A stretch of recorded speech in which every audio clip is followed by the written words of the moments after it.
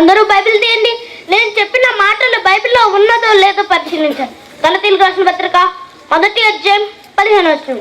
అయినను తల్లి గర్భమునందు పడినది మొదలుకొని నన్ను ప్రత్యేకపరిచి తన కృపచేత నన్ను పిలిచిన దేవుడు నేను అన్యజనుల్లో తన కుమారుని ప్రకటింపవలని. నన్ను ప్రత్యేకపరిచి అన్న మాటను వాడాడు.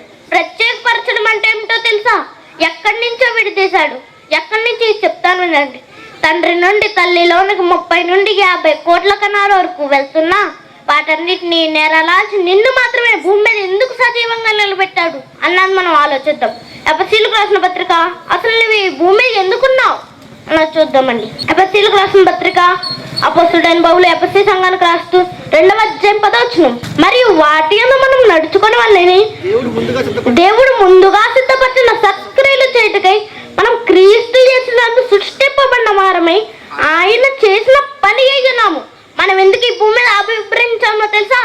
దేవుని వలన మనం ఈ భూమి మీద ఆవిర్భవించాం.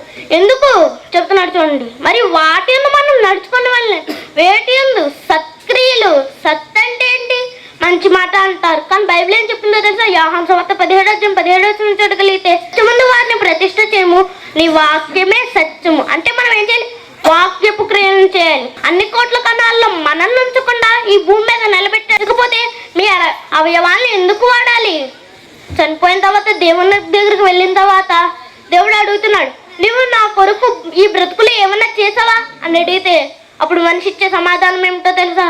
పుట్టాను తండ్రి, ఆ తర్వాత చదువుకున్నాను తండ్రి, ఆ తర్వాత ఉద్యోగం వచ్చింది తండ్రి, ఆ తర్వాత పెళ్లి చేసుకున్నాను తండ్రి, ఆ తర్వాత పిల్లలు కన్నాను తండ్రి, ఆ తర్వాత వారి చదువులు చేశాను తండ్రి, ఆ తర్వాత వారికి ఆస్తులు కూర్చొని తండ్రి, ఆ తర్వాత వాడికి పెళ్లి చేశాను తండ్రి, ఆ తర్వాత సడన్ గా గుండు పొడిచింది తండ్రి, నువ్వు పిలిచావు కాబట్టి వచ్చాను. అంటే నా గురించి ఏం చేయలేదా? భూమి మీద నీకు 60-70 సంవత్సరాలు ఎందుకు ఇచ్చాను? నేను నిర్ణయ కాలాన్ని ఎందుకు ఇచ్చాను?